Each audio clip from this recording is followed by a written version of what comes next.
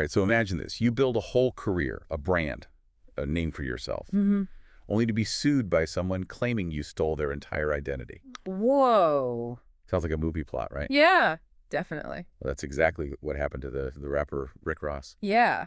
It's a fascinating case, really. Yeah. It kind of delves into this legal gray area where you have artistic expression butting up against the right to control your own image. Yeah. We've got court documents. We've got legal arguments to unpack. Oh, yeah, we're going deep. You brought those sources to the right place? Today, we're going deep into the story of two men, both named Rick Ross. One, Freeway. Ricky Ross was a real-life cocaine kingpin with a story ripped straight from the headlines. The other is a rapper who rose to fame with lyrics that mirrored that very life. And it wasn't just a passing similarity either. Right. The rapper adopted Rick Ross as his stage name, really cultivated an image that leaned heavily into that drug-dealing lifestyle. So we've got a real-life drug lord with a Hollywood-worthy backstory. And then we've got the rapper whose music echoes those themes. It's almost too perfect, right? Yeah, and that's where the legal battle kicks in. Yeah. Freeway, Ricky Ross sued the rapper, claiming he built his persona on a stolen identity. Let's start by setting the scene for you. Okay. Freeway Ricky Ross was building his cocaine empire back in the 80s. We're talking millions of dollars a day, a network stretching across multiple states, the whole 9 yards. It's important to note the timeline here. Okay. All of this was happening while the future rapper William Leonard Roberts II was still in high school. Wow. So Freeway Ricky Ross was already a legend in the streets by the time the rapper was even considering a career in music. And talk about a life of highs and lows. Freeway built this massive empire. Right. Amassed a fortune and even owned legitimate businesses on the side. Oh. Wow, talk about every day I'm hustling in real life. And that phrase, every day I'm hustling, is key. Oh, yeah. Because it became a central part of the rapper Rick Ross's hit song, Hustlin'. So you start to see where the lines get blurry. Totally. But Freeway's world came crashing down when he was arrested and convicted. Right. Eventually serving time. But even in prison, his story took another crazy turn. What happened? He helped expose corrupt cops who were planting evidence and framing innocent people. Wow. So Yeah.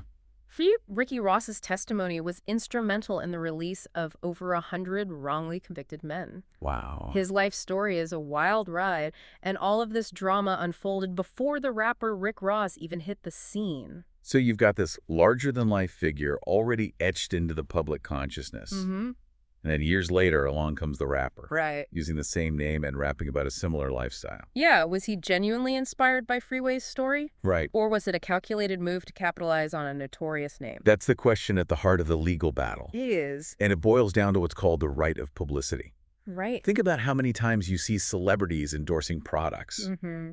That's them leveraging their right of publicity. Right. But what happens when someone else tries to profit off that name without permission? That's where it gets sticky. Yeah. And Freeway Ricky Ross's legal team argued that the rapper was doing just that, profiting off a name and a story that wasn't his to tell. Now, the rapper's defense hinged on the argument of artistic expression. Okay. They claimed he wasn't just ripping off a name, he was transforming it. Right. Creating something new through his music. Interesting. They pointed to the First Amendment, arguing that his persona was protected free speech. Yeah, but the legal world has a specific test for this kind of situation, right? Yeah, they do. It's called the transformative use test. Okay. And this is where it gets really interesting. Yeah. It's not just about borrowing a name. It's about whether the artist has taken that element and turned it into something truly original. Okay. Imagine taking flour and eggs. You could make a cake or you could make pasta. Yeah. Same ingredients, totally different result. I love that analogy. So the question becomes, did the rapper simply imitate Freeway's story? Right. Or did he take that name and create something unique and distinct? The court ultimately sided with the rapper, deciding that his persona, while drawing from Freeway's life, was ultimately a unique artistic creation protected by the First Amendment. Yeah. But this decision didn't exist in a vacuum. Right. There are other cases that address similar issues, and they don't always reach the same conclusion. And you have a great example of that for us, right? Tell me about the Buckyballs case. The Buckyballs case. Ah, yes. Yeah. Remember those magnetic toys you could build all sorts of shapes with? Those were called Buckyballs, named after the architect Buckminster Fuller. So the toy company was taking a famous name and slapping it on their product. Just like the rapper did. What happened there? This is where things get even more interesting. The court actually ruled against the toy maker. Oh, wow. Why? Because they didn't demonstrate any artistic transformation. They were simply cashing in on a recognizable name. So in one case, we have a rapper who's allowed to use a name associated with a drug lord because of artistic transformation. Right. In another, we have a toy maker who's penalized for using a famous architect's nickname. It seems a little inconsistent, doesn't it? That's the thing about legal precedents. They're rarely black and white. Context is everything. So what does all of this mean for our listener?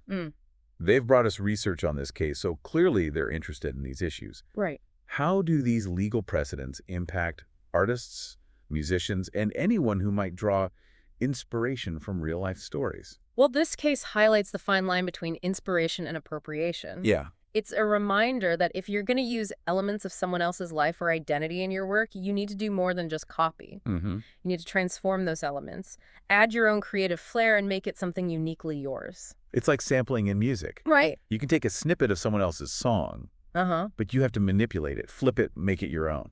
Otherwise, you're stepping into copyright infringement territory.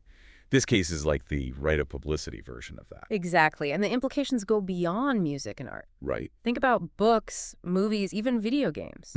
Anytime creators use real-life events or figures as inspiration, they have to walk that tightrope between homage and infringement. We're just scratching the surface here, but hopefully this first part of our deep dive has given you some new insights into the legal battles that can erupt when true crime and celebrity culture collide. It's a fascinating area.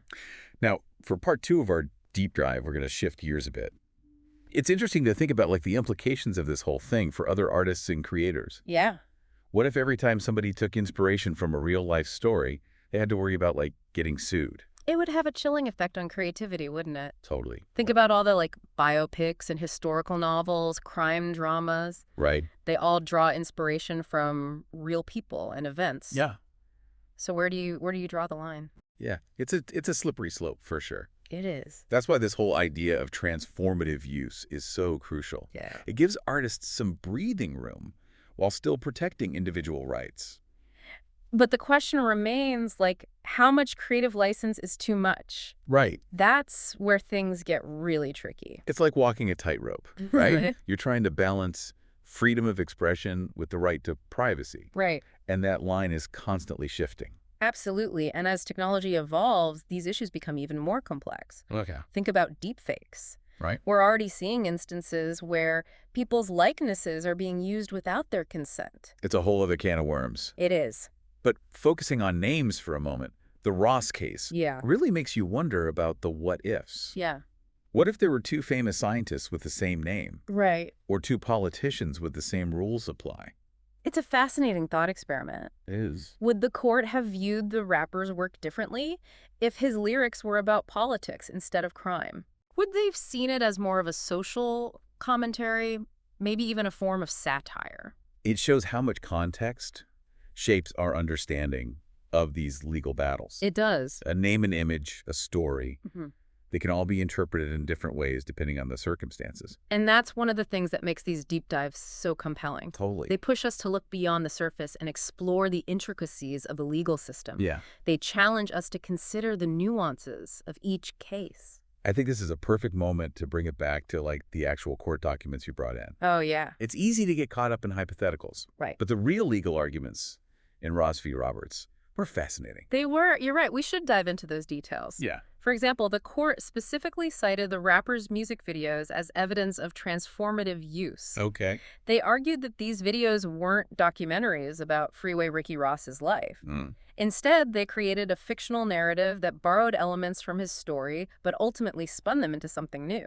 So it wasn't just the lyrics, it was the whole visual presentation that the court considered. Right. They were looking at the big picture. Exactly. They even pointed out that the rapper, despite sharing a name with a convicted drug lord, often collaborated with law enforcement on anti-drug initiatives. This further supported their argument that his persona wasn't simply an endorsement of the criminal lifestyle. It's interesting to think about what might have happened if the rapper had taken a different approach. Oh, yeah. What if, instead of fighting Freeway Ricky Ross in court, he had reached out to him for collaboration. Now that's a thought-provoking idea. Yeah. Imagine if they'd worked together, maybe even co-produced music or created a documentary about their shared experiences. Right. It could have been a powerful story of redemption, reconciliation, and artistic fusion. It could have been a win-win. Yeah. Freeway Ricky Ross could have reclaimed his narrative, and the rapper could have added an element of authenticity to his work. Right. Instead of battling over a name, they could have turned it into like a unique partnership. Sometimes the most unexpected outcomes can be the most powerful. Yeah. It makes you wonder if anyone involved ever considered that possibility. Right. But even without that collaboration, the case itself raises some important questions about ownership and identity in the digital age. Especially when you consider how much our names are tied to our online presence these days. It's true. It's like your name is your brand, your digital footprint. Our names aren't just labels anymore. They're online handles, search results, personal data points. We're all building our own little brands, whether we realize it or not. And that makes cases like this even more relevant, right? Yeah. It's not just about protecting a name. It's about protecting an entire online persona, a digital identity. Absolutely. And it raises some serious questions about control and ownership in the digital age. Yeah. How much say should we have in how our names and likenesses are used online? Right. Where does public persona end and private life begin? These are questions that lawmakers, tech companies, and individuals are all struggling with. They are. And there are no easy answers. Especially as technology keeps pushing the boundaries. Right. We've got artificial intelligence generating art and music, deepfakes, blurring the lines between reality and fiction. Yeah. It's a wild west out there. So while this case might seem like a unique situation, it's actually a sign of things to come. It is. These issues of identity ownership and creative expression are only going to become more complex. But that's why it's so important to engage with these topics. Yeah. To explore the legal precedents and to consider the potential ramifications. Right. Because ultimately, these are issues that affect all of us.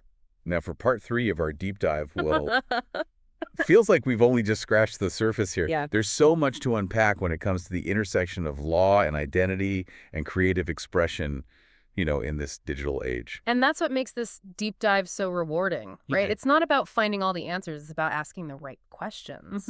And the questions raised by the Ross case are incredibly relevant to anyone who creates, consumes, or simply exists in the online world. Absolutely. But before we wrap things up, I wanted to circle back to something you mentioned earlier. Okay. You said the court specifically referenced the rapper Rick Ross's music videos as evidence of transformative use. Can you elaborate on that a bit? What exactly were they looking for? Sure. Remember, the central question in this case was whether the rapper had merely copied Freeway Ricky Ross's identity, Right. or whether he'd created something new and distinct.